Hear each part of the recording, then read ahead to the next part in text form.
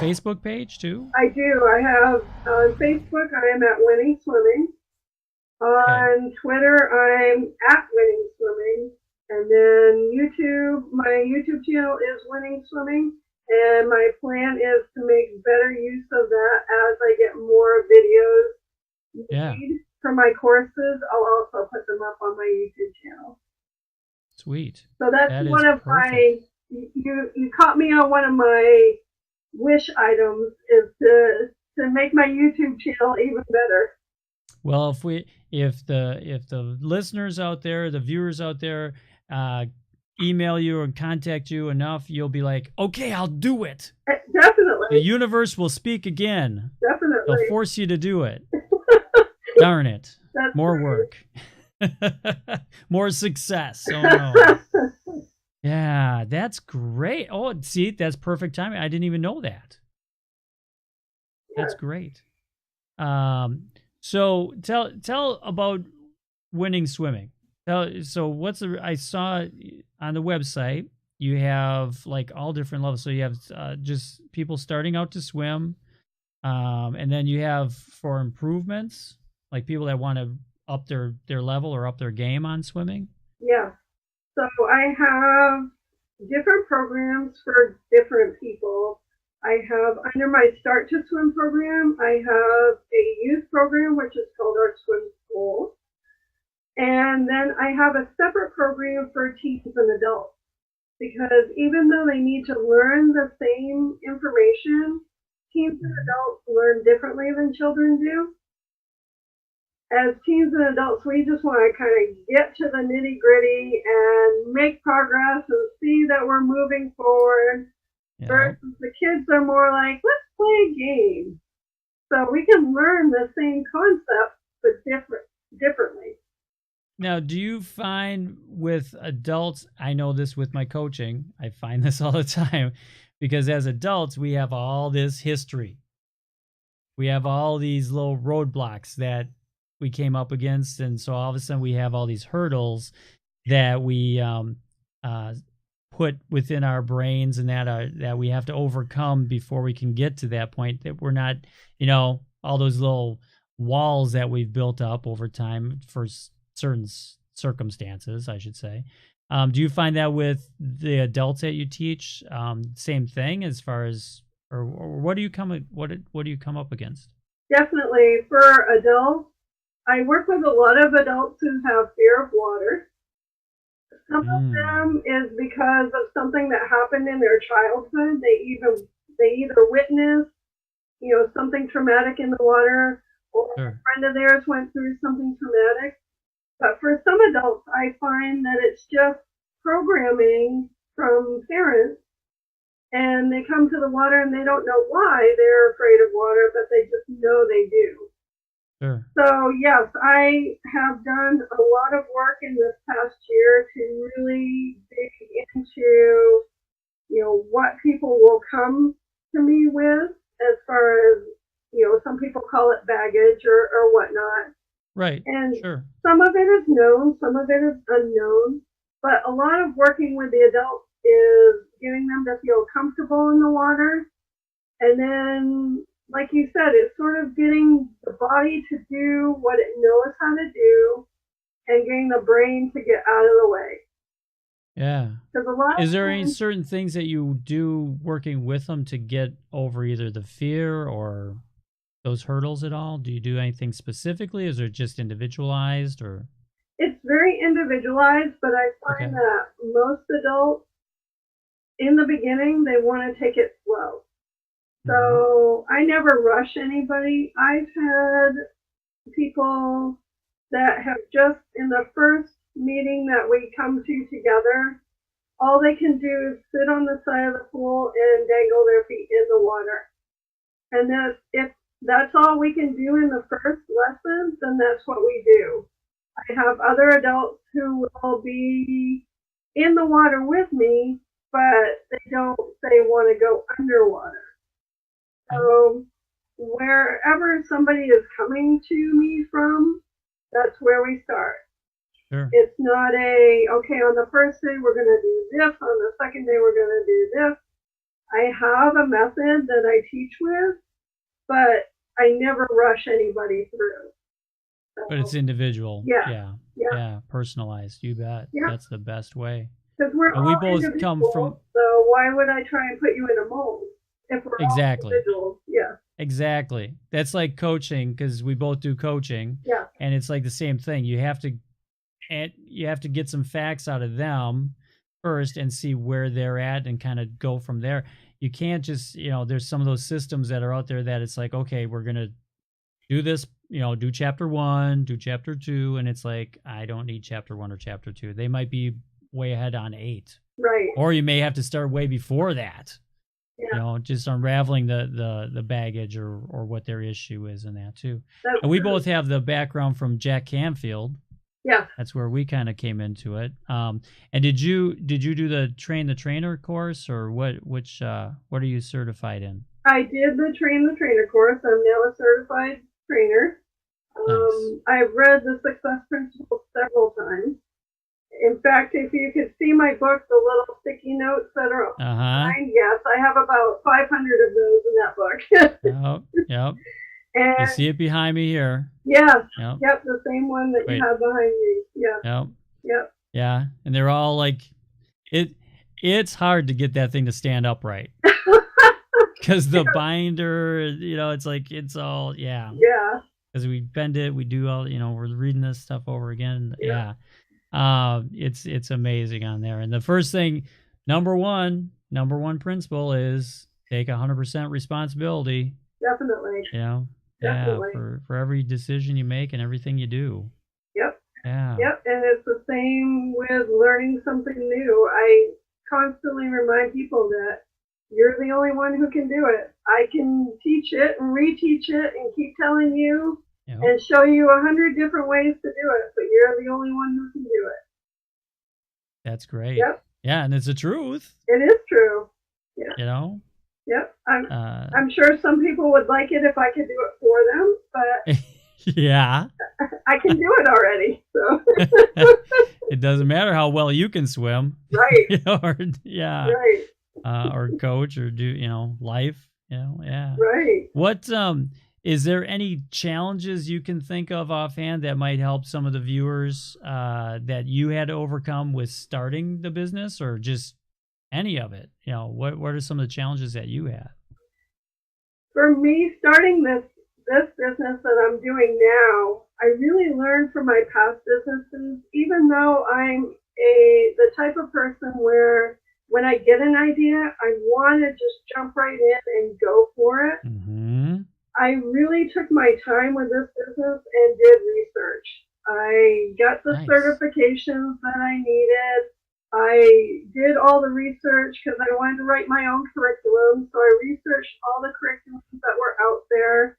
I researched what industry standards were for which level so that I could make sure that the swimmers that I was turning out from my swim school, my studio, that they could go anywhere and they could swim against anybody who's gone through any program.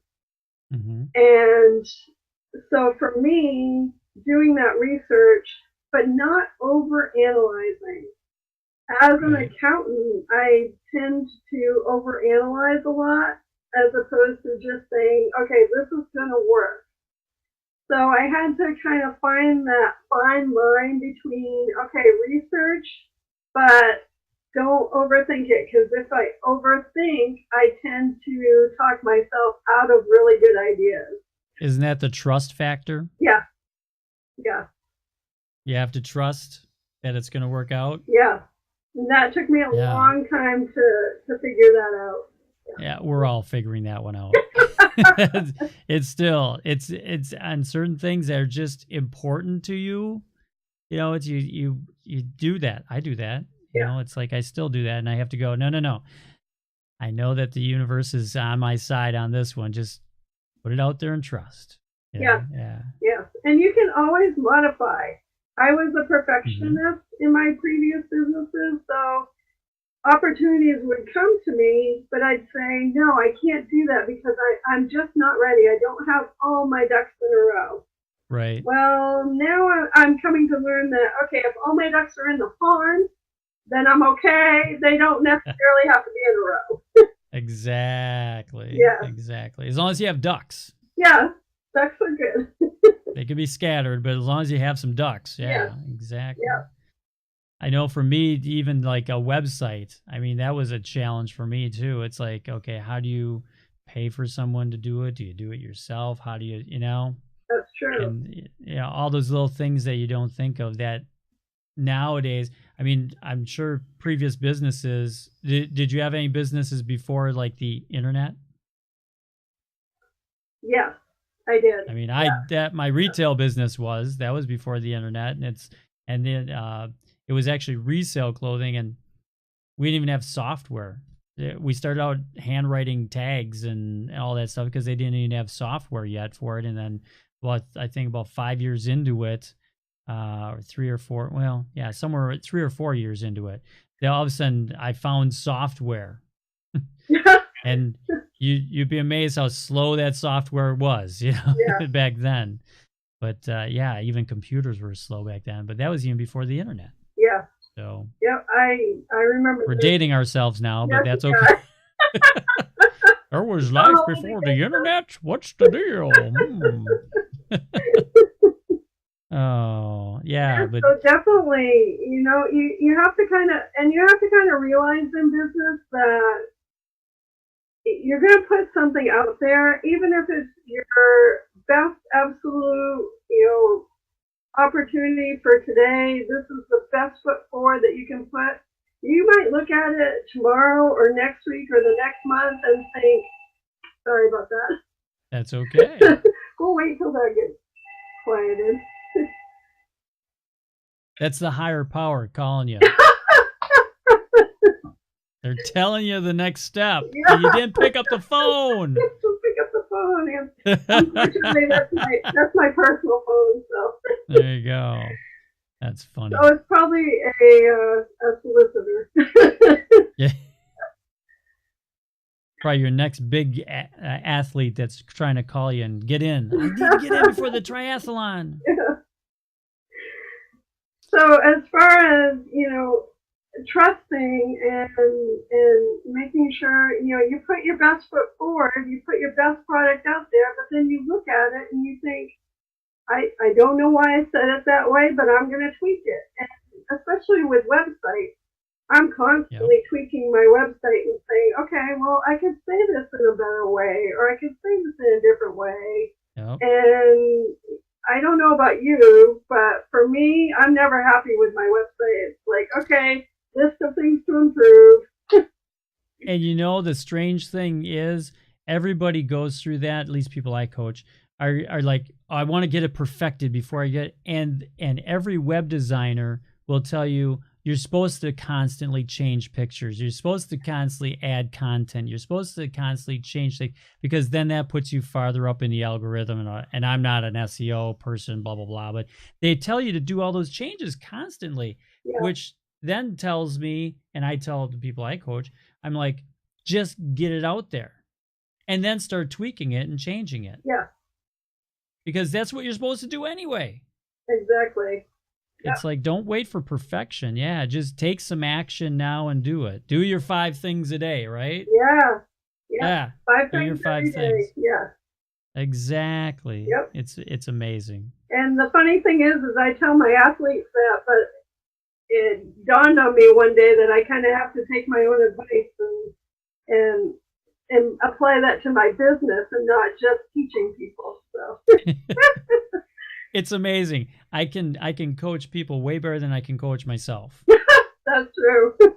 Or come up with ideas. Yeah. They say, "Oh, I'm thinking about this." I'll come up with a whole list of ideas for them, and let's go through one by one.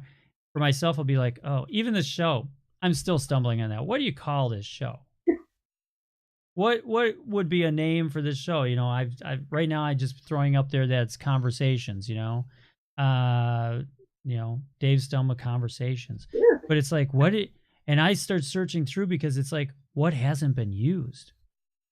That's true. Yeah. But I put it out to on Facebook, and I said, hey, what are some names? Here's the idea, the concept for this show, and what are some names? All of a sudden, I'm getting lists. Everybody's putting like 7, 8 things on on there, and I'm thinking, why didn't I think of that?